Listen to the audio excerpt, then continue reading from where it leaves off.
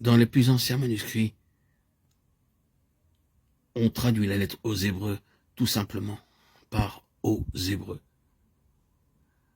Mais nous comprenons que cela signifie aux chrétiens hébreux, ou aux chrétiens qui, au point de vue naturel, étaient hébreux.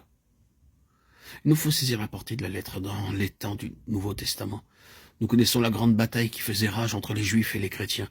L'apôtre Paul, qui était lui-même un grand hébreu, avait un cœur très large sur son propre peuple. Nous rappelons-nous ce qu'il avait déclaré: « Je souhaiterais d'être moi-même anathème, séparé de Christ pour mes frères, mes parents selon la chair » Romains 9, 3. Il était préparé à perdre tout, pourvu que son peuple accepte le Seigneur Jésus. Si grand était son désir et son espérance pour lui. Mais il luttait dans une bataille perdue pour Israël. Et dans le dernier chapitre du livre des Actes, nous trouvons Paul abandonner cette espérance. Sachez donc que ce salut de Dieu a été envoyé aux païens. Ceux-là l'écouteront. Acte 28, 28. Il dit en fait, puisqu'Israël ne veut pas entendre, nous l'abandonnerons. J'abandonne mon grand espoir pour mon peuple et je me tourne vers ceux qui entendront. Je me tourne vers les gentils, les non-juifs. Et nous arrivons ensuite à cette lettre aux Hébreux.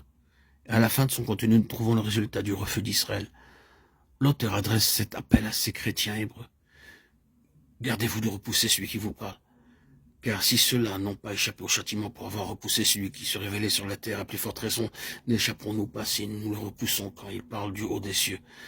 Or, ces mots, encore une fois, indiquent la transformation des choses, qui, par cela même qu'elles ont été créées, seront un jour ébranlées, afin que subsiste ce qui est inébranlable. Ainsi, puisque nous avons en partage un royaume inébranlable. Hébreux 12, 25, 27 et 28.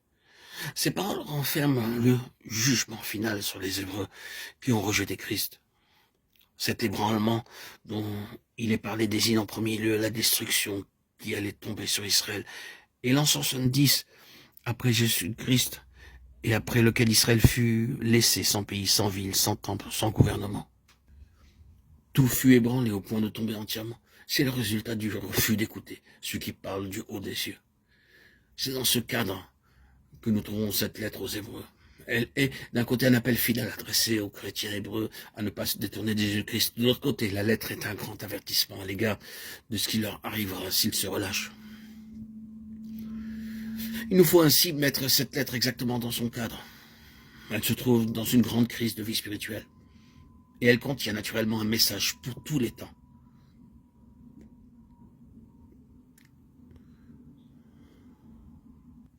Nous pouvons voir la place élevée que cette lettre donne à Jésus. Jésus était le Fils de Dieu oint, le Christ, le roc sur lequel ils furent brisés. C'était le premier facteur dans le conflit et dans la séparation finale.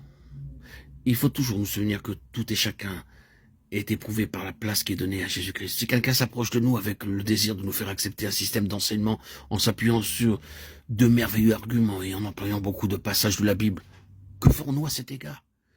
Il est possible que nous ne pourrons pas répondre à ces arguments et que nous ne pourrons pas même répondre à un passage des Écritures par un autre passage. Mais il y a une chose qui touchera toujours le cœur de la question. Quelle place donnez-vous au Seigneur Jésus-Christ? Lui donnez-vous la place de Fils éternel de Dieu? Tout tiendra ou tombera sur cela. C'est la place donnée au Seigneur Jésus qui est la base de tout et de chacun.